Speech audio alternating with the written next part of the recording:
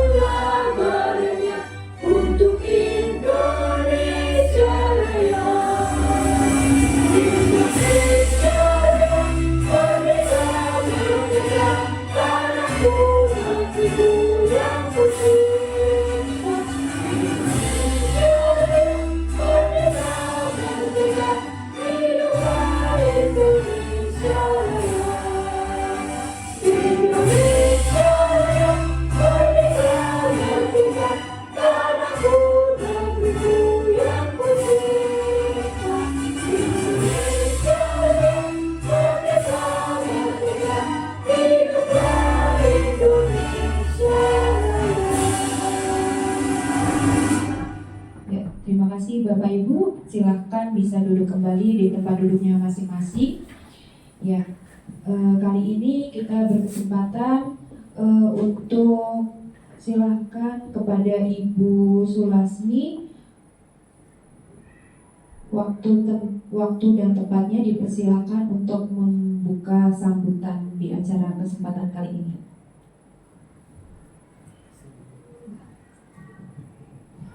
Assalamualaikum warahmatullahi wabarakatuh. Waalaikumsalam warahmatullahi wabarakatuh. Salam sejahtera untuk kita semua.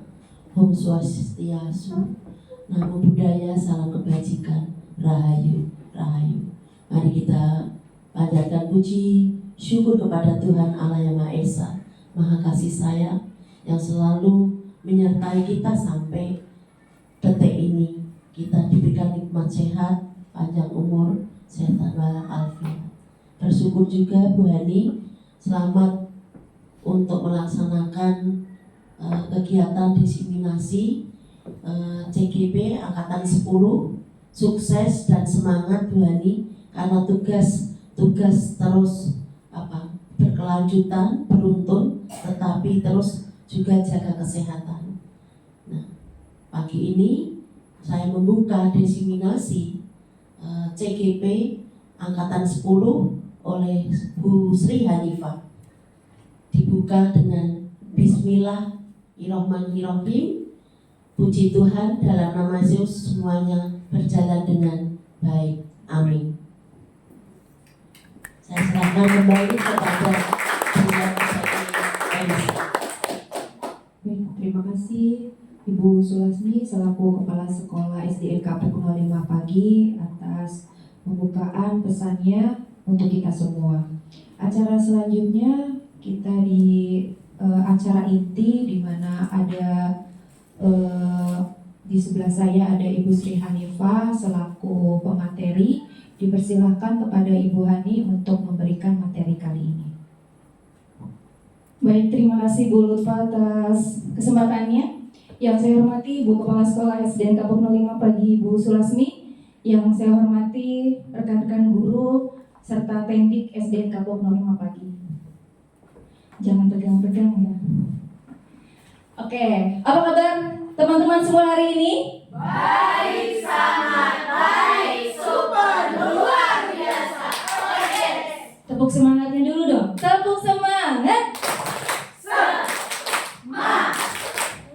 Semangat, yes. Ya semangat Pak Sigit. Oke, sebelumnya saya mengucapkan terima kasih karena hari ini, pada siang hari ini teman-teman memberikan kesempatan kepada saya untuk menyampaikan diseminasi tentang budaya positif. Budaya positif itu apa? Nanti kita akan sama-sama mengetahuinya. Tapi sebelum masuk ke materi, saya ada sedikit permainan. Ini mainnya tebak-tebakan. Kira-kira katanya apa? Apa? Buku cerita, keren nih, dapat pulpen satu. Diterima dulu Bu Nisa.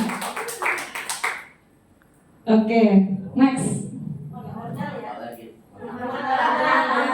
Rumah tangga, aduh banyak nih. Saya akan menentukan siapa yang dapat.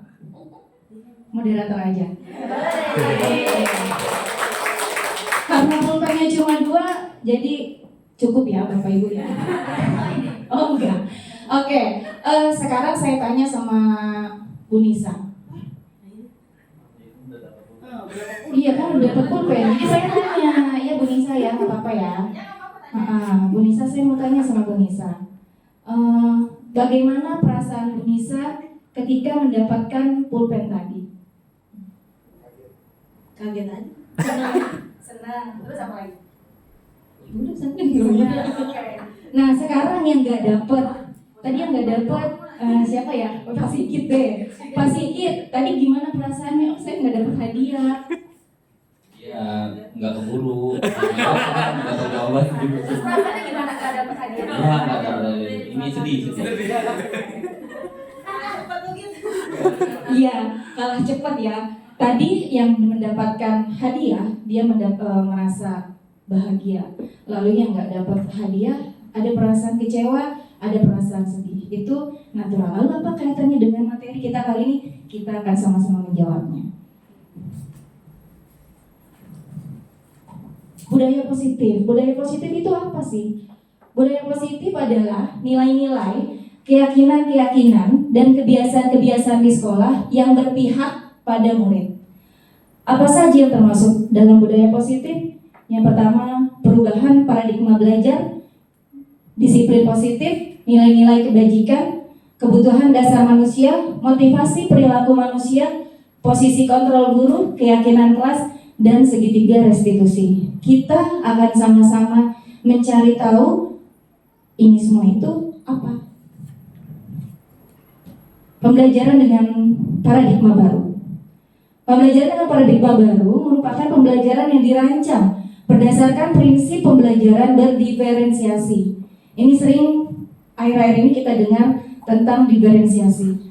Sehingga para peserta didik belajar sesuai dengan kebutuhannya berdasarkan dengan tahap perkembangannya, sesuai mewujudkan teori psikologi modern untuk mewujudkan profil pelajar Pancasila.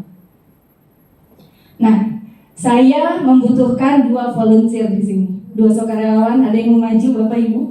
2 orang. 2 orang. Saya tunjuk aja ya. Pak Ageng, mohon bantuannya. Pak Ageng sama Bu Fitri.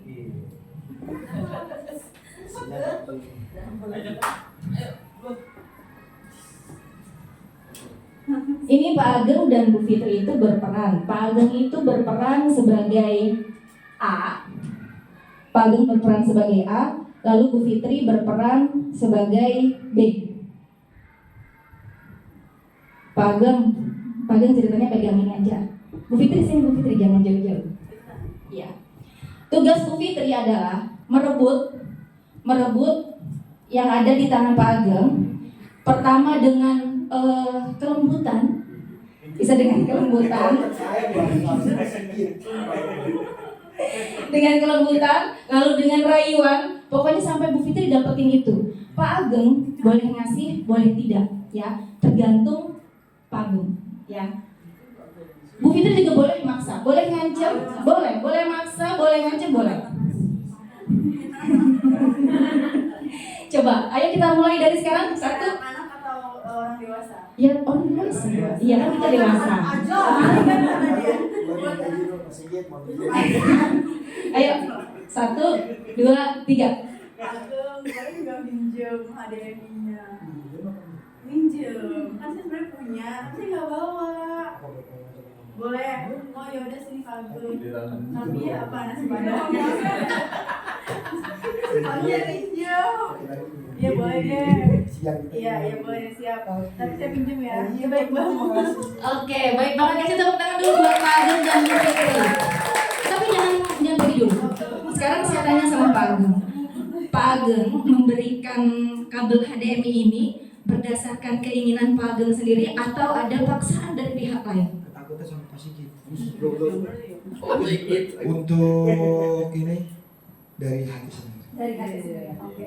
Giliran dia. Oke, terima kasih Pak Ageng dan Bu Fitri atas partisipasinya. Kasih tepuk tangan teman-teman semuanya. Oke, ini kaitannya apa sih dengan budaya positif? Ada di sini tentang stimulus respon, lalu teori kontrol atau pilihan. Sebenarnya tadi Pak Ageng mempunyai pilihan untuk tidak memberikannya. Memberikan atau tidak memberikan itu tergantung dari pilihan dia sendiri. Di sini ada stimulus respon lalu teori kontrol atau pilihan. Di stimulus respon yang pertama, kita mencoba mengubah orang agar berpandangan sama dengan kita. Tadi Bu Fitri berusaha untuk meminta kabel HDMI ini ke Pak Ageng dengan kata yang lembut gitu ya. Pak Ageng, saya boleh minta tidak gitu. Pak Ageng awalnya menolak, tapi dengan usaha dari Bu Fitri sehingga akhirnya Pak Ageng bisa memberikan kabel-kabel tersebut. Lalu teori kontrol pilihannya, kita berusaha memahami pandangan orang lain tentang dunia. Lalu yang kedua, perilaku buruk dilihat sebagai suatu kesalahan. Teori kontrolnya, semua perilaku memiliki tujuan. Lalu selanjutnya, orang lain bisa mengontrol saya. Pilihan Anda atau kontrol kita adalah hanya kita atau hanya Anda yang bisa mengontrol diri kita sendiri. Lalu stimulus respon, saya bisa mengontrol orang lain. Teori kontrolnya, Anda tidak bisa mengontrol orang lain. Selanjutnya, pemaksaan ada pada saat rujukan gagal. Misalnya nih tadi Bu Fitri tidak bisa membujuk Pak Ageng, nanti bisa berakhir pada sebuah pemaksaan supaya mendapatkan apa yang diinginkannya. Sama seperti halnya ketika ada anak yang meminta sesuatu pada kita. Awalnya dia merengek, lalu lama-lama untuk mendapatkan anak kita tidak memberikan, lama-lama untuk mendapatkan keinginan tersebut si anak bisa bersikap seperti apa kira-kira? Ngambek? Marah? Ya, seperti itulah yang akan timbul. Lalu teori kontrolnya apa? Kolaborasi dan konsensus menciptakan pilihan baru. Lalu stimulus respon, model berpikir menang atau kalah. Teori kontrolnya model berpikir menang-menang. Selanjutnya tentang disiplin positif. Pernah dengar sebelumnya disiplin positif Bapak Ibu? Disiplin itu apa sih? Disiplin itu berasal dari kata disiplina yang artinya belajar. Disiplin mengacu pada disiplin diri yang memiliki tanggung jawab terhadap apa yang dilakukannya berdasarkan nilai-nilai yang diyakini. Disiplin positif merupakan salah satu cara penerapan disiplin yang bertujuan untuk menumbuhkan kesadaran serta membudayakan peserta didik tanpa penghargaan atau reward dan ancaman hukuman atau punishment. Sebagai pendidik, tujuan kita adalah menciptakan peserta didik yang memiliki disiplin diri sehingga mereka berperilaku mengacu kepada nilai-nilai kebajikan universal dan memiliki motivasi intrinsik dalam perubahan perilaku ke arah yang lebih baik. Yang menarik sebelah sini Ibu, Bapak, membudayakan peserta didik tanpa reward atau punishment. Seringkali di kelas nih, di kelas misalnya ada anak datang terlambat. Apa respon kita pertama kali ketika melihat anak terlambat tersebut? Marah. Lalu apa lagi? Mau ngasih hukuman? Ya, seringnya kita memberikan hukuman. Lalu kalau ada anak yang berbuat baik, kasih reward. Nah, sekarang kita coba bagaimana caranya mendisiplinkan siswa atau melakukan disiplin positif ini tanpa reward atau hukuman. Bagaimana caranya kita mencoba menyadarkan siswa agar melakukan kebaikan berasal dari mana? Dari dalam diri sendiri. Bukan karena faktor-faktor dari luar. Kalau karena reward atau punishment, itu berarti motivasi yang dia dapatkan itu berasal dari luar. Dan bagaimana caranya supaya kita bisa menghadirkan motivasi intrinsik tersebut atau motivasi dari dalam diri tersebut? Nah, itulah tugas kita untuk menuntun siswa sesuai dengan filosofi Ki Hajar Dewantara. Guru adalah penuntun bagi siswa. Lalu nilai-nilai kebajikan. Nah, nilai-nilai kebajikan apa yang hendak kita capai? Jadi yang hendak kita capai itu bukan hanya kepada siswa, tapi kita juga yang sedang kita galakkan saat-saat ini, yaitu di profil pelajar Pancasila. Nilai kebajikan profil pelajar Pancasila itu beriman dan bertakwa pada Tuhan Yang Maha Esa. Coba kita tepuknya dulu Bapak Ibu, masih ingat Bapak Ibu? Ya, bagaimana? Pelajar Pancasila beriman dan bertakwa pada Tuhan Yang Esa dan berakhlak mulia, berkebinekaan global, gotong royong mandiri, kreatif dan bernalar kritis. Ya, seperti itu ya nilai-nilai kebajikan yang ada profil pelajar Pancasila. Lalu berdasarkan IBO Primary Years Program atau PYP, sikap murid itu terdiri dari nilai kebajikannya toleransi, rasa hormat, integritas, mandiri, menghargai, antusias, empati, keingintahuan, kreativitas, kerjasama, percaya diri, komitmen. Lalu berdasarkan keterampilan hidup, nilai-nilai kebajikan apa saja? Dapat dipercaya, lurus hati, pendengar yang aktif, tidak merendahkan orang lain, memberikan yang terbaik dari diri, bukan dari orang lain. Bapak Ibu, misalnya ada yang ingin ditanyakan, langsung tanyakan saja ya. Nah, sekarang kebutuhan dasar manusia. Kebutuhan dasar manusia adalah segala sesuatu yang kita lakukan untuk mendapatkan apa yang kita inginkan. Seluruh tindakan yang kita lakukan memiliki tujuan tertentu, dan semua usaha terbaik yang kita lakukan adalah dalam rangka agar kebutuhan dasar kita terpenuhi dengan baik. Lalu apa saja 5 dasar kebutuhan manusia? Pertama, bertahan hidup. Kira-kira apa yang dilakukan manusia untuk bertahan hidup, Bapak Ibu? Makan, minum, ini kebutuhan dasar ya. Bertahan hidup itu kebutuhan dasar. Lalu kasih sayang, kebutuhan kasih sayang dan diterima. Apa? Coba diingat-ingat lagi perilaku murid-murid kita di kelas agar mereka mendapatkan kasih sayang kita atau agar mereka bisa diterima. Membantu guru supaya mereka disayang sama kita gitu ya, boleh lah ya. Lalu penguasaan, kebutuhan untuk menguasai. Kira-kira perilaku apa di kelas nih yang dia merasa kebutuhan penguasaannya itu harus dipenuhi?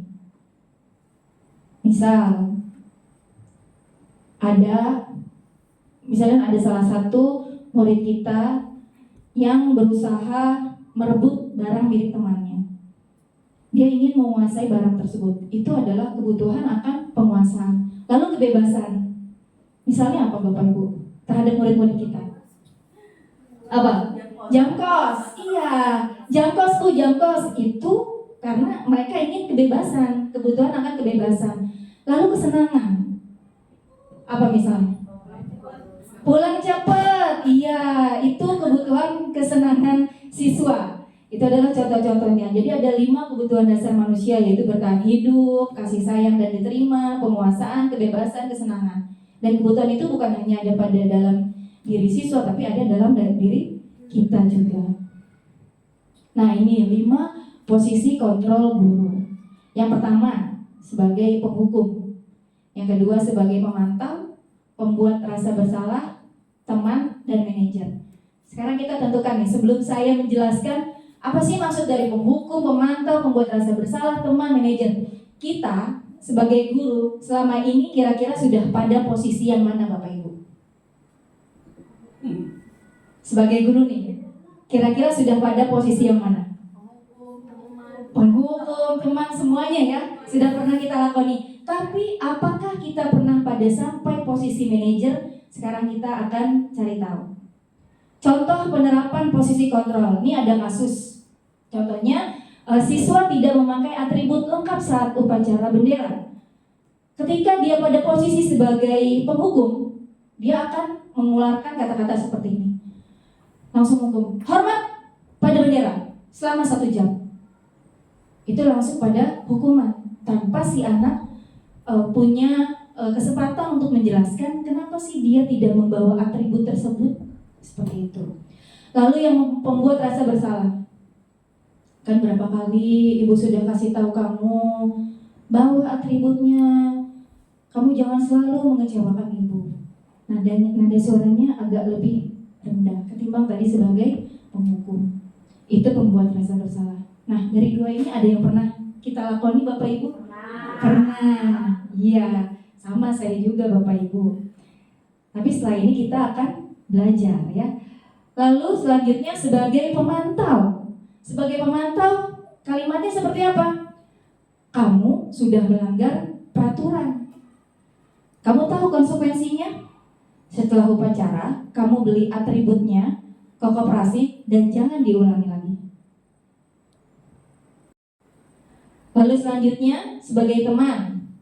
Kan kita kadang bicara sama siswa, ayo dong ikut aturan sekolah, tolong bantu ibu takut dimarahin kepala sekolah, ya besok bawa atributnya, ibu malu sama teman-teman yang lain. Nah, itu kita posisikan diri sebagai kontrol, sebagai teman gitu ya.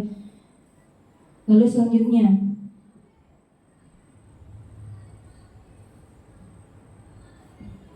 ya, sebagai manajer. Nah, kalau sebagai manajer kira-kira akan seperti apa kalimatnya? Ada yang bisa, kalau tadi kan sebagai penghukum dia langsung menghukum, sebagai pemantau dia memberitahu konsekuensinya apa. Sebagai teman dia seperti merayu. Lalu sekarang sebagai manajer, saya akan jelaskan nanti. Nah, sekarang kita tebak-tebakan dulu nih. Ini kira-kira kalau guru menyebutkan kalimat seperti ini pada posisi kontrol apa? Saya kecewa sekali dengan kamu.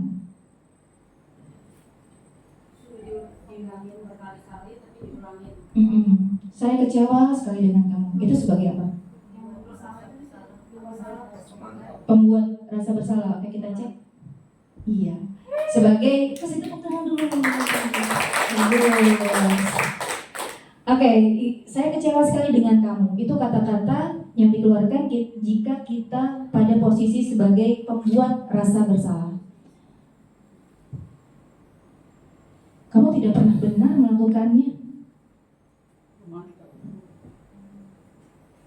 Penghukum ternyata, sebagai penghukum. Karena dia langsung apa? Langsung menjudge, ya, langsung menjustifikasi si anak tersebut gitu. Dengan kata-kata seperti ini. Apa rencana kamu untuk menyelesaikan masalah ini? Nah, ini sebagai manajer. Jadi, kalau sebagai manajer, Bapak Ibu, kita menuntun siswa untuk supaya siswa bisa menyelesaikan masalah tersebut. Siswa bisa mencari solusi dari permasalahannya tersebut. Misalnya, ada siswa yang memecahkan jendela. Kalau sebagai penghukum, kira-kira apa yang akan keluar dari mulut kita? Iya. Langsung, kamu lari keliling lapangan. Bisa seperti itu sebagai pemukul. Atau misalnya sebagai teman, itu jendelanya dibenerin cepet, ibu nggak enak sama ibu kepala sekolah. Itu sebagai teman. Kalau sebagai manajer, coba nak lihat itu jendelanya sudah pecah. Kira-kira apa solusi dari kamu supaya jendela tersebut kembali seperti semula? Kita ngajak dialog sama anak tersebut gitu. Kita tidak langsung pertama kita mencari tahu dulu, kenapa sih itu jendela bisa pecah? Kenapa kamu bisa sampai memecahkan jendela tersebut? Lalu kita cari solusi bareng-bareng dan biarkan dia menyelesaikan masalah tersebut gitu. Entah itu jendelanya nanti dibenerin atau dia memanggil tukang untuk membenarkan jendela tersebut, itu nanti solusinya harus datang dari si anak tersebut. Itu kalau kita sebagai manajer. Sekarang kira-kira posisi kontrol apa? Kamu tidak pernah mendapatkan nilai jika tidak mengerjakan tugas. Ih, keren Nisa, bagus. Tepuk tangan buat Bu Nisa. Iya, oke. Sekarang kita tadi lanjut pada keyakinan kelas. Ada di sini Bapak Ibu yang sudah pernah membuat keyakinan kelas beda dengan kesepakatan kelas atau beda dengan peraturan kelas. Keyakinan kelas itu apa sih? Mengapa keyakinan kelas? Di sini ada pertanyaan. Mengapa bukan peraturan kelas? Kira-kira perbedaannya apa Bapak Ibu? Ada yang ingin mencoba berpendapat? Ya Bu Eli. Oke, baik, terima kasih. Kalau menurut saya, kalau peraturan kelas itu dibuat kesepakatan bersama murid dengan apabila tidak dilakukan ada sanksinya. Tapi kalau keyakinan kelas dibuat secara bersama-sama dengan cara tidak ada sanksi, tapi memang tumbuh dari anak itu sendiri untuk dilakukan sebagai pembiasaan di kelas. Terima kasih. Terima kasih Bu Eli, luar biasa sekali jawabannya. Ya, jadi keyakinan kelas tadi kan sebelumnya saya sudah menyampaikan tentang keyakinan atau nilai-nilai. Jadi berangkat dari nilai-nilai tersebut. Nah, bagaimana sih membuat pembentukan keyakinan kelas? Biasanya kalau bahasa keyakinan kelas itu bersifat abstrak. Misalnya gini, setiap siswa harus saling menghormati. Nah, saling menghormati itu adalah keyakinan yang harus dimiliki oleh setiap siswa. Jadi misalnya jika ada siswa yang mengatai orang tua atau memanggil temannya dengan menyebut nama orang tua, apakah siswa tersebut sudah menjalankan keyakinan kelasnya? Belum, karena apa keyakinan kelas yang dilanggar? Saling menghormati, seperti itu. Lalu berupa pernyataan universal, dibuat dalam pernyataan positif, lalu sedikit saja agar mudah diingat sesuai dengan kondisi kelas dan sekolah sehingga mudah diterapkan. Jadi nggak usah banyak-banyak Bapak Ibu, misalnya 5 pun sudah cukup. Lalu semua warga sekolah atau kelas dilibatkan saat membuat keyakinan kelas. Jadi bukan kita datang ke kelas lalu langsung menyampaikan apa keyakinan kelas, tapi kita harus mendiskusikan kepada siswa. Jadi di awal tahun ajaran kan biasanya nih Bapak Ibu kita membuat apa? Kesepakatan kelas ya. Kesepakatan kelasnya apa, lalu konsekuensinya apa kalau misalnya dilanggar. Nah, selain itu kita juga harus membuat keyakinan kelas yang harus kita sepakati bersama dengan para siswa. Supaya apa? Supaya peraturan kelas atau kesepakatan kelas yang sudah kita buat itu bisa terlaksana dengan maksimal. Itu tentang keyakinan kelas. Nah, lalu selanjutnya tentang segitiga restitusi. Ada yang pernah mendengar Bapak Ibu tentang segitiga restitusi? Belum ya? Oke, segitiga restitusi itu adalah suatu proses dialog yang dijalankan oleh guru agar dapat menghasilkan murid yang mandiri dan bertanggung jawab. Ada 3 tahapan segitiga restitusi. Yang pertama, menstabilkan identitas, lalu validasi tindakan yang salah, lalu menanyakan keyakinan. Seperti apa? Menstabilkan identitas. Berdasarkan prinsip, membuat kesalahan adalah bagian dari proses pembelajaran. Kita pun pernah ya Bapak Ibu berbuat kesalahan ya sebagai seorang guru. Jadi kata-kata apa yang bisa kita ucapkan ketika kita menstabilkan identitas? Berbuat salah itu wajar. Yang pertama, lalu yang kedua, tidak ada manusia yang sempurna. Yang ketiga, ibu bapak juga pernah melakukan itu. Ibu bapak tidak mau mencari siapa yang salah, tapi ingin mencari solusi dari permasalahan ini. Lalu yang selanjutnya, kamu berhak merasa begitu. Kita menguatkan dulu si anak gitu, bahwa yang namanya berbuat kesalahan itu wajar. Lalu apa selanjutnya yang harus kita lakukan ketika kita berbuat kesalahan?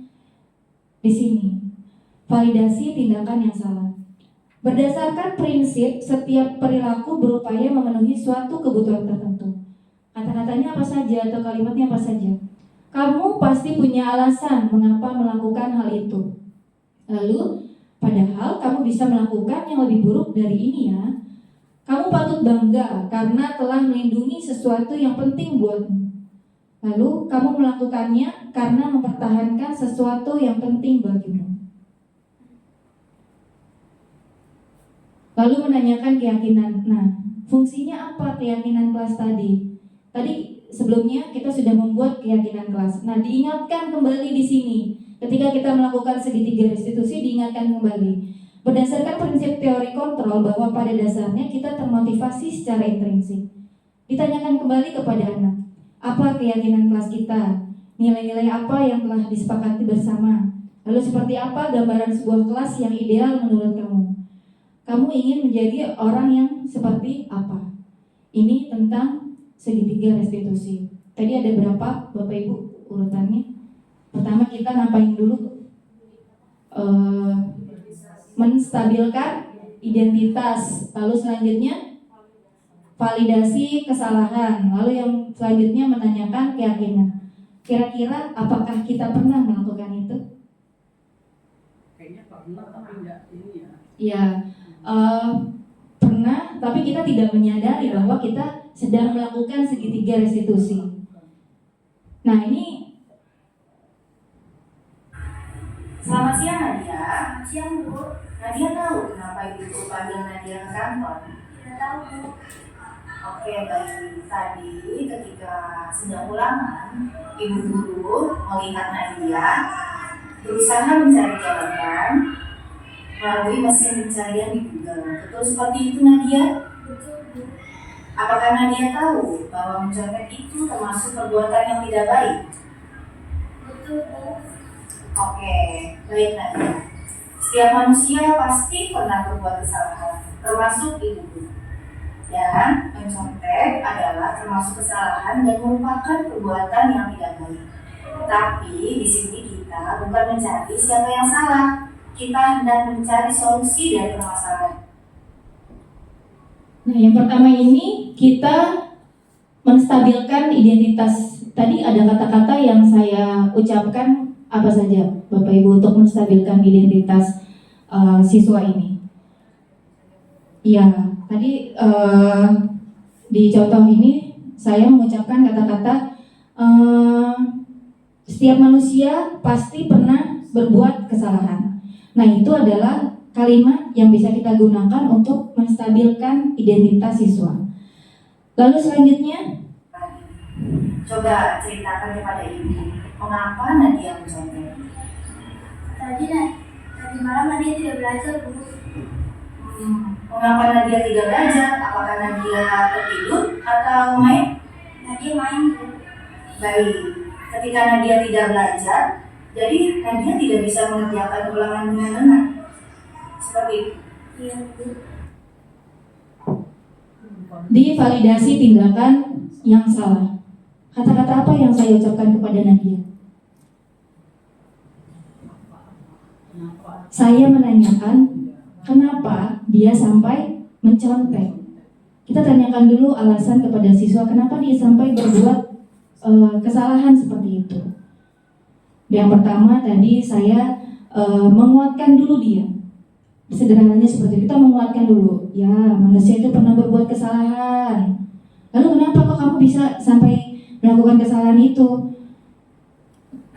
Oke, Nadia ingat dengan keyakinan kelas kita?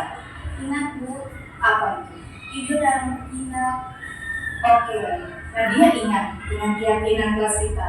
Nadia yakin bahwa sikap jujur merupakan perbuatan yang baik. Yakin Bu, Oke, kalau Nadia sudah yakin, kira-kira apa yang harus Nadia lakukan agar ketika ulangan Nadia tidak mencontek? belajar mengerjakan semampunya dan berdoa kepada Allah. Baik, sekarang pertanyaan Ibu. Mulai kapan Nadia hendak melakukan seperti yang dikatakan Nadia tadi? Hari ini juga Bu, Oh, mulai hari ini ya? Oke, terima kasih Nadia. Ibu guru yakin ke depan Nadia bisa belajar dengan lebih baik lagi dan bisa menjadi pribadi yang lebih baik lagi. Oke, Nadia. Ya, lalu di akhir saya menanyakan keyakinan. Keyakinan kelas yang sudah dibuat sebelumnya, yaitu tadi apa keyakinan kelas yang disebutkan di situ? Ya, jujur. Jujur dalam bertindak.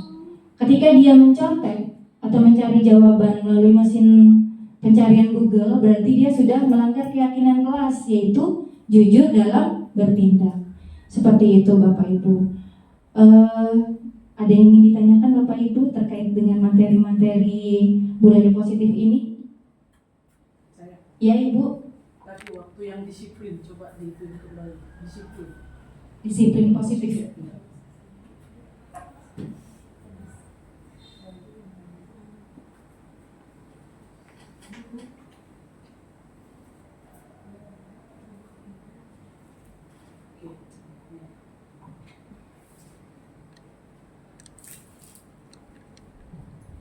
Oke, baik, terima kasih. Dari materi tadi yang disampaikan, disiplin positif itu yang mau kita tanamkan dari sekarang ke depan berarti ya, dengan cara bagaimana supaya anak itu disiplin tanpa ada embel-embel penghargaan atau reward dengan hukuman.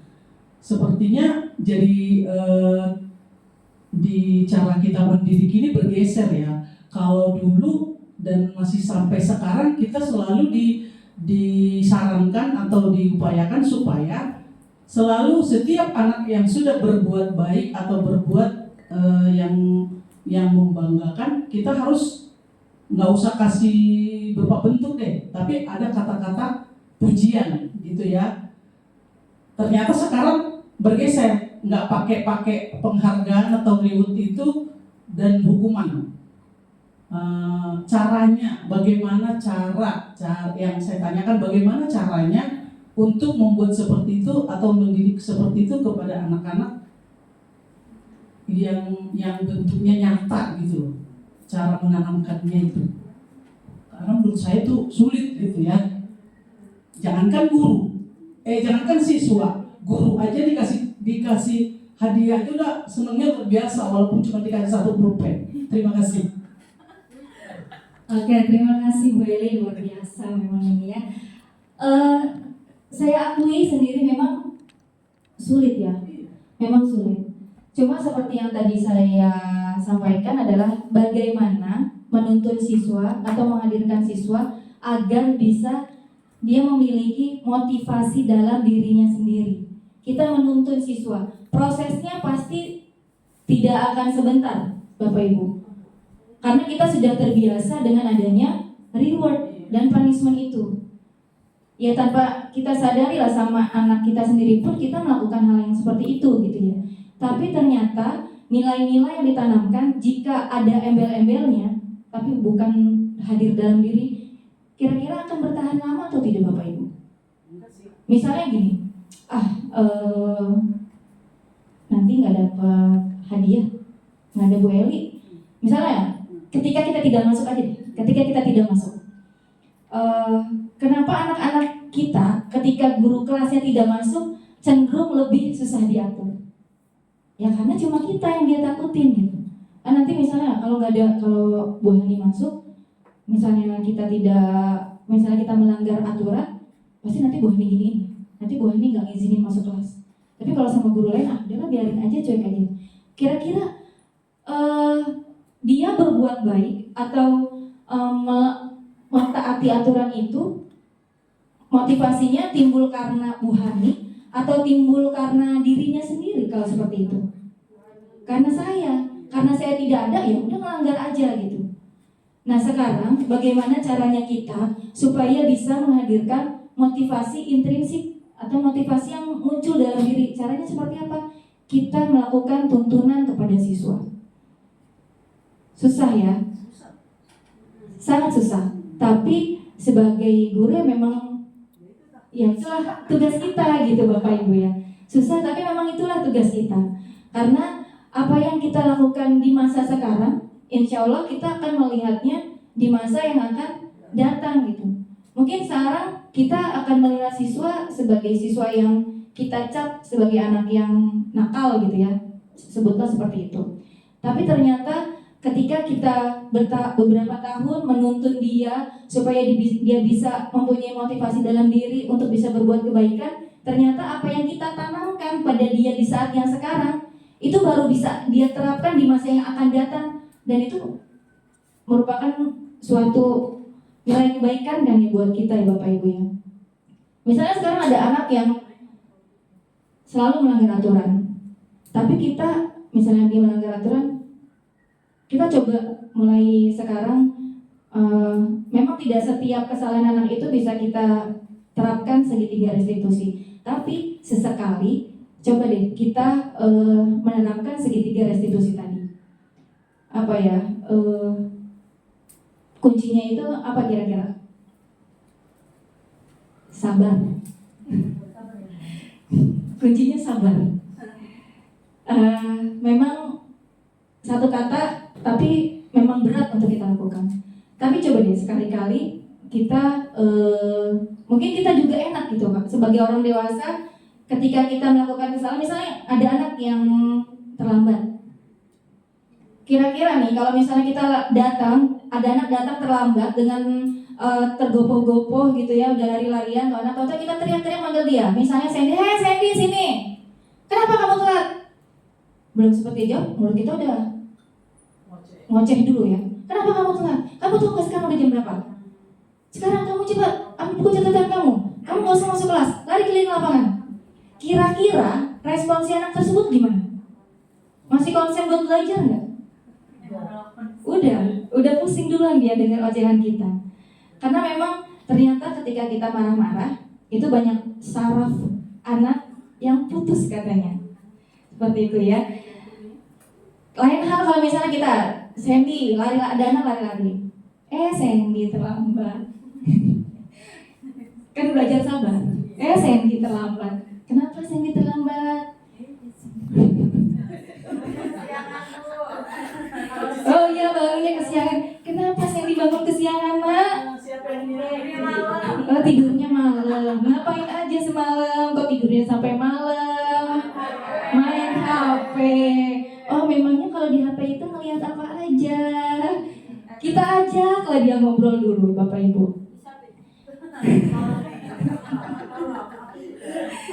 Iya, kayaknya apa ya? Seperti apa ya? Sesuatu hal yang mustahil, tapi insya Allah bisa kita lakukan, Bapak Ibu. Karena apa ya? Mungkin kita tidak akan melihatnya, hasilnya tidak akan kita lihat sekarang gitu.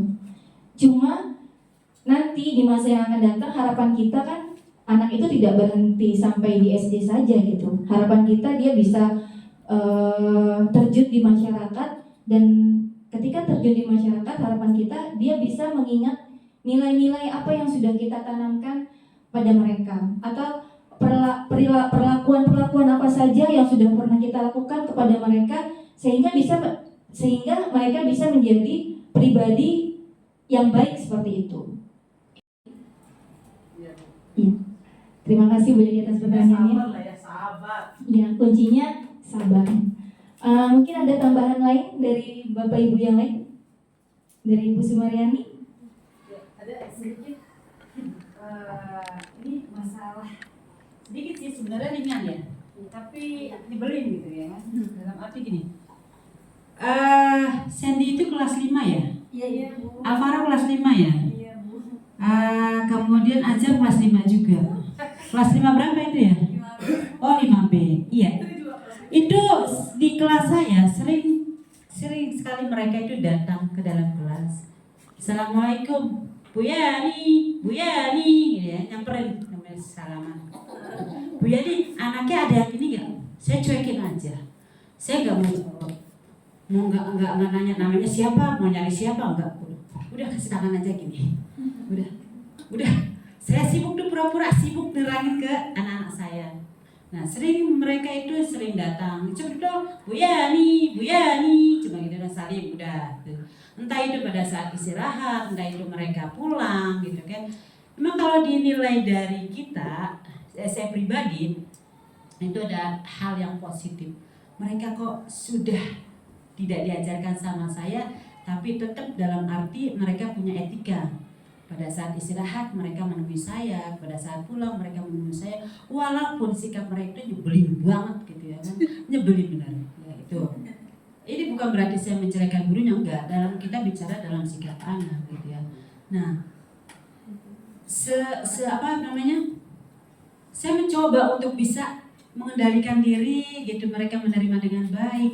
Tapi kalau melihat mereka sampai selengean, kadang-kadang timbul kesabaran saya yang udah nggak bisa dibuat toleran gitu ya kan, seperti itu yang kadang-kadang itu, walaupun belum tentu mereka juga nanti akan menjadi orang yang tidak baik ya, kemungkinan mereka juga akan yang lebih baik dari yang sekarang gitu kan. Itu kalau kita berpikiran positif. Tapi kadang-kadang karena mereka sering membuat ulah, sehingga untuk pikiran kita sebagai guru itu kadang-kadang memang dibebankan dengan banyak-banyak masalah anak-anak kita. Jadi hal-hal yang seperti itu kadang kita abaikan gitu. Ya contohnya juga anak saya kemarin, ya alhamdulillah wa syukurillah, enggak cuma sujud syukur ya, saya 2 orang anak itu alhamdulillah dengan suka yang gimana ya, penuh dengan pengorbanan. Baik saya sudah didampingi oleh ibu kepala sekolah, kemudian dengan guru agama Islam, kemudian dengan guru agama Kristen. Alhamdulillah hadir hari ini, dan kemarin juga hadir, dan dia nanya lagi, Bu besok saya itu lagi di mana ya Bu, di ruangan? Oh ya di situ aja. Oke. Tapi tetap ya kamu harus hadir setiap hari ya, sampai jangan cuma pada saat ujian, tapi pada saat nanti kamu sudah selesai ya, mudah-mudahan kamu naik kelas ya. Ini aku sambil senyum. Baru kali itu saya menerima senyum pada saat dia di rumah kemarin. Sini nak, bangun, senyum sedikit gitu. Dan pada saat tadi senyum, pada saat itu baru kali itu saya dalam 1 tahun melihat dia senyum 3 kali. Sama sekali itu anak itu nggak pernah senyum. Ya, memang permasalahannya memang kalau tadi katakan Bu Hani, kita punya modal yang tidak ternilai yaitu kesabaran, itu luar biasa memang. Tapi kita sebagai guru memang susah-susah juga sih ya. Kata sabar memang gampang, tapi dalam prakteknya di lapangan luar biasa. Menghadapi ageng aja juga saya kadang nggak sabar gitu ya kan, menghadapi kemang gitu. Maaf ya baginya. Maaf kalau saya juga suka teriak-teriak karena nanti satu guru aja, satu teman aja susahnya minta ampun belum bisa sabar ya Bang. Itu apalagi anak-anak kita yang banyak masalah. Nah itu. Tapi alhamdulillahnya dengan kesabaran saya, dengan kesabaran kemarin saya sudah minta bantuan sama ibu sebagai kepala sekolah dan juga Bu Lela, kemudian juga orang tua murid gitu ya. Alhamdulillah.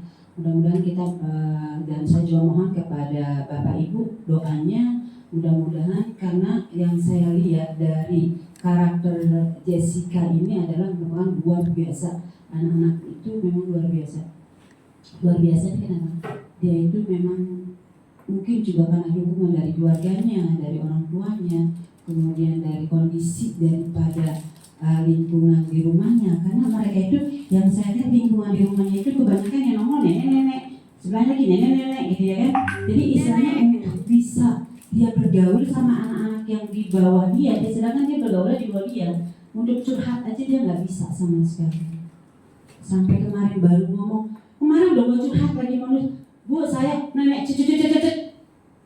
Bu bisa nggak Bu ibu dia biar anaknya itu bisa konsentrasi nulis. Baru sebenarnya hal itu seperti itu yang memang kita ya sebagai guru menciptakan seperti itu gimana ya. Sementara waktu kita kan banyak tersita. Ya untuk ini untuk itu, belum kombel, ya kan belum lagi ini podcast ya kan, belum lagi ntar diskusi lain.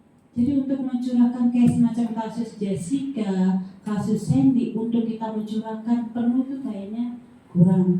Makanya untuk sambil kita belajar gini, bagaimana nih caranya seperti kita menghadapi anak kayak gitu. Kayaknya kalau untuk teori-teori kayak gini kan gampang nih, tapi untuk praktek selanjutnya kayaknya bagi saya sulit banget gitu.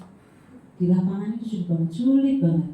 Ya belum menghadapi Rido yang orang tuanya namanya ya Bu ya luar biasa. Ini antara Rido sama Jessica luar biasa orang tua. Jadi itu iya memang harus hidup dan ikhlas gitu ya. Apapun yang dilakukan mereka ikhlas dan sabar gitu ya. Jadi jangan banyak menuntut. Apalagi kepala sekolah belum apa-apa dia udah Bu sebagai udah ayo Bu ikut Bu. Ternyata ibu juga udah gak tahan palanya. Sakit mak, sakit. Iya seperti itu.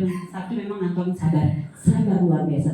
Tapi di lapangan kita nggak bisa untuk sabar full itu nggak bisa.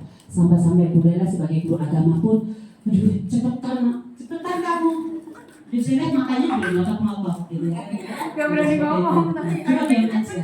Saya melihat dari ekspresi makanya juga nggak sabar. Bu RT udah palanya udah gini. Seperti itu ya. Saya lihatin dari ekspresi Bu Esther, ibu udah benar-benar luar biasa kemarin menghadapi seperti itu. Tapi alhamdulillah ternyata bisa clear gitu. Mudah-mudahan saya minta doanya kepada Bapak Ibu yang mudah-mudahan untuk kita anak-anak yang bermasalah itu kita dapat selesaikan, gitu, dapat juga istilahnya ada perubahan yang lebih baik sesuai dengan usaha kita yang gak sia-sia sebagai guru atau sebagai walasnya. Itu aja sih masukan dari saya dan juga saya minta solusinya yang menghadapi seperti itu gimana gitu. Adanya disiplin. Terima kasih Bu Hani, terima kasih teman-teman. Ya.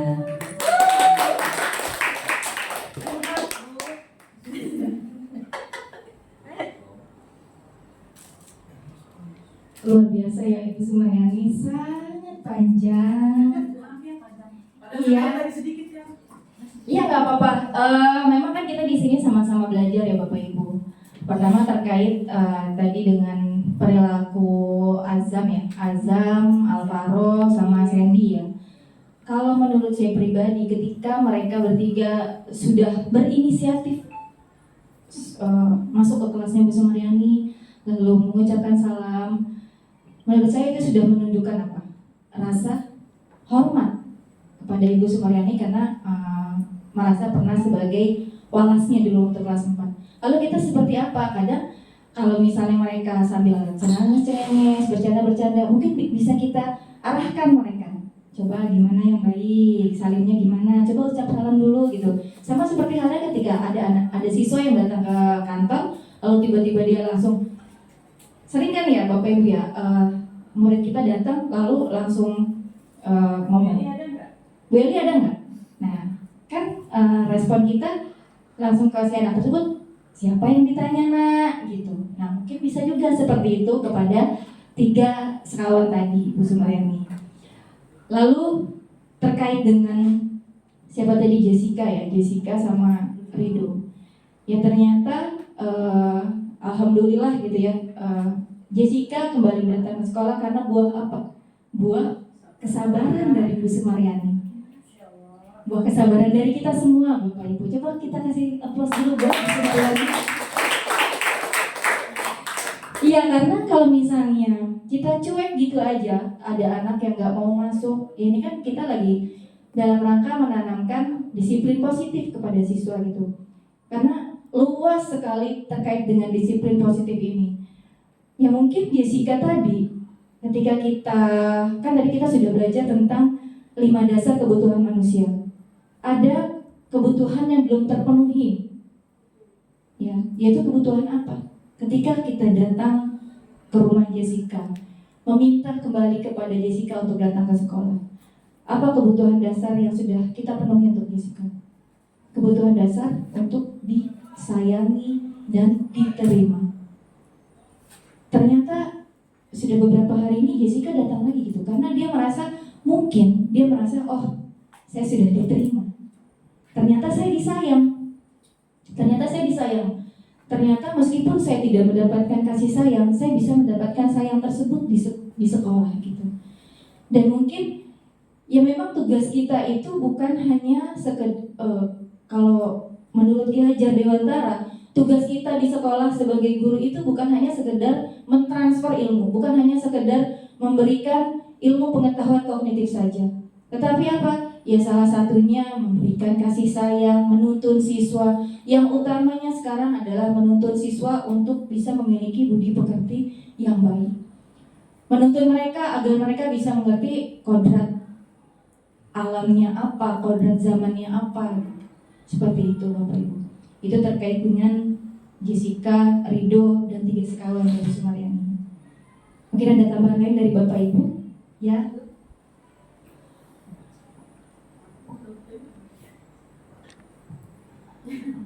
Assalamualaikum warahmatullahi wabarakatuh.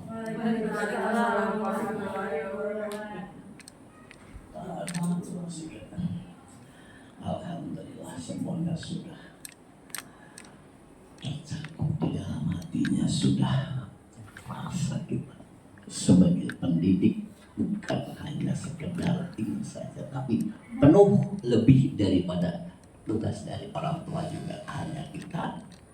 Disinilah peranan kita, alhamdulillah sudah tercurahkan semua. Hal ini yang perlu kita mempelajari adalah sikap perkembangan anak itu setiap tahun berbeda-beda, dari kelas rendah hingga kelas tinggi. Setidaknya seyogianya kita sudah bisa. Nah inilah tugas kita dari kelas rendah, mempelajari bukan sekedar dari anak. Karena pribadi saya, anak kok begini, hal ini apa sih latar belakangnya, lalu tidak lagi dengan cara gini gitu, tetapi kita mencoba mendekatkan secara pribadi anak. Anggap aja kita anak itu anak kandung, bagikan obrolan. Ini saya lakukan. Akhirnya anak kelas berapa yang harus sedemikian bahasanya?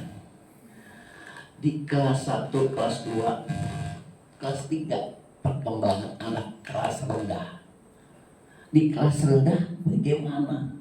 Sedangkan tadi yang disebutin itu sudah saya terjun langsung ke orang tuanya. Problem ini di kelas 3 saat itu, oh kayak begini, kenapa sih? Akhirnya saya mencoba mendekatkan kepada orang tuanya. Ternyata kita sudah berusaha semaksimal mungkin, kayak begini, kayak begitu sudah. Inilah sikap orang tua. Akhirnya orang tua lah yang kita dekatkan dengan bahasa masyarakat. Hanya orang tua sendiri yang minta maaf. Disinilah kita bukan hanya sekedar ini, tapi ke orang tua pun caranya inilah yang harus kita merasakan, membangkitkan kepada orang tuanya supaya anak itu kayak ini selalu dijatuhkan, selalu dijelek-jelekan di depan mata kita seolah-olah orang tuanya begini gitu. Akhirnya orang tuanya menyadari sekarang. Si Jessica yang itu dulu kelas 3, saya sendiri berhadapan langsung, bapaknya yang itu ya. Karena bapaknya tidak ada secara ini itunya, akhirnya neneknya. Ada 3 anak ketika yang itu, hanya secara pendekatan, bahkan seorang guru pernah ada yang nangis. Begitu kedatangan Bu Eka, kalau nggak salah ketika itu pernah nangis, yaitu tadi Bagaimana ibu dengan bapaknya itu lagi kayak gini kayak gitu sih? Ya maksud saya inilah orang tua tidak menghargai guru, kedatangannya sebetulnya supaya dekat kepada anak-anaknya. Bagaimana hanya anaknya juga lama-lama dekat sudah mulai. Nah inilah peran masyarakat. Kita alhamdulillah di sini semuanya sudah memahami semua ilmu psikologinya, antar semuanya sudah paham.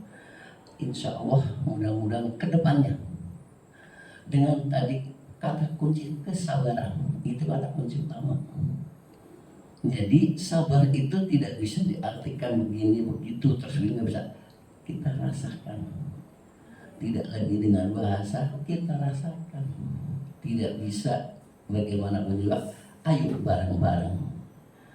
Tidak ada yang tinggi, tidak ada yang rendah. Ayo bareng-bareng bersama-sama. Ini adalah penerus kita. Itu artinya kepada anak-anak. Ya alhamdulillah saudara-saudara kita semuanya sudah sampai segitu. Insya Allah nanti ilmu perkembangan berikutnya kalau sudah dewasa dikit, mohon maaf, inilah harus kita dekatkan ini orang tuanya juga.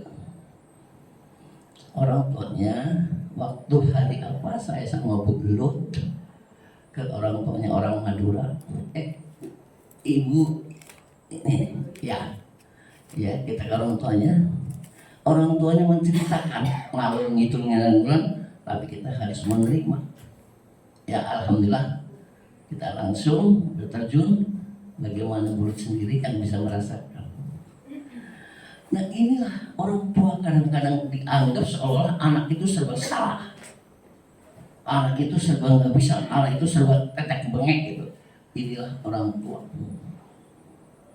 Dan itu kita langsung, bukan kamu Bulut doang, saya mencoba lagi bapaknya. Oh kayak gitu, udah cukup. Sekarang ada lagi di kelas 2. Kita tarik, kita deketin ke ibunya. Bukan berarti kita dengan ibunya begini begitu, tapi oh iya cukup. Alhamdulillah sudah bisa kita rasakan. Akhirnya sekarang kemarin juga kejadian gitu, tapi alhamdulillah Bu Sumaryani sudah oh iya udah merasakan hanya dengan masyarakat. Inilah bukan hanya sekedar ini, ayo dituntun gimana nih? Orang tua selalu menjelek-jelekan anak, selalu menyalah-nyalakan anak di depan kita sebagai guru. Dianggapnya mau ngomong benar mau salah, saya nggak mau ngomong ya. Yang benar jangan saya diam. Nyata satu mabuk itu selalu berada itu temenin kemana ke si A si B si C, hadirkan saya hadir. Aku harus hadir, aku tahu. Nah, mudah-mudahan dengan kita sekarang sudah seperti ini, karena kehendak kita semua dan Allah mengabulkan seperti apa, ya. Mudah-mudahan karena ini udah doa, kami akhiri. Assalamualaikum warahmatullahi wabarakatuh.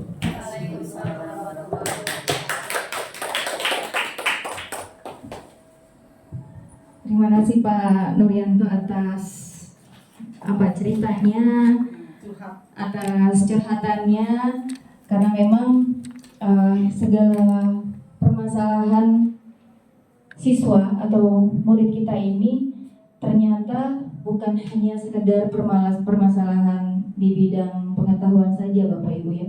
Kita tidak hanya mengurusi mereka harus menjadi orang yang pandai secara pengetahuan, namun kita juga harus menuntut mereka supaya mereka memiliki kemampuan atau nilai-nilai kebaikan agar mereka bisa memiliki budi pekerti yang baik. Seperti itu Bapak Ibu. Dari saya cukup Bapak Ibu. Terima kasih atas atensi atau perhatian dari Bapak Ibu semua. Terima kasih atas kesempatan yang diberikan. Semoga apa-apa yang telah saya sampaikan pada pertemuan kali ini bukan hanya menjadi kebaikan buat Bapak Ibu semua, tapi juga nilai kebaikan untuk saya. Dan semoga ke depan kita bisa menerapkan budaya positif dengan nilai-nilainya di sekolah kita. Dan tentunya agar ke depan sekolah kita bisa menjadi lingkungan yang aman, nyaman, dan bisa menjadi rumah kedua untuk murid-murid kita. Sekian dari saya Bapak Ibu. Terima kasih. Wassalamualaikum warahmatullahi wabarakatuh. Ya, terima kasih kepada Ibu Sri Hanifah yang telah memberikan materi yang sangat luar biasa, di mana materinya kaitannya dengan budaya positif yang nantinya semoga kita bisa membiasakan di sekolah kita, di mana di dalamnya ada disiplin positif, di mana kita belajar diri berdasarkan nilai yang diyakini tanpa adanya reward, tanpa adanya punishment. Kita belajar dari diri kita sendiri, yakin gitu.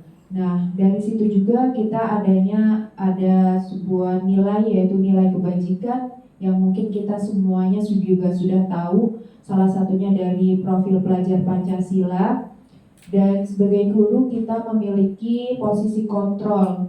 Ada 5 posisi kontrol yang dimiliki oleh guru, yaitu penghukum, pemantau, pembuat merasa bersalah, teman, dan manajer. Di mana di dalam manajer itu kita sebagai guru biasanya kita bisa berprinsip atau berkeyakinan melalui segitiga restitusi. Nanti kita bisa terapkan kembali. Nanti mungkin Ibu Sri Hanifah mungkin nanti bisa berbagi tentang apa lebih lanjutnya tentang segitiga restitusi itu sendiri ya Bu. Terima kasih Bu Hani atas materi yang sangat luar biasa. Alhamdulillah kita sudah di penghujung acara kali ini. Bapak Ibu semua terima kasih atas kesempatannya. Kita membaca hamdalah bersama untuk menutup acara ini. Alhamdulillahirabbil alamin. Terima kasih, saya selaku moderator mohon maaf apabila terdapat kekurangan, dan terima kasih atas kolaborasinya dalam pertemuan kali ini. Yang selanjutnya saya tutup dulu. Wabillahi taufiq wal hidayah. Wassalamualaikum warahmatullahi wabarakatuh.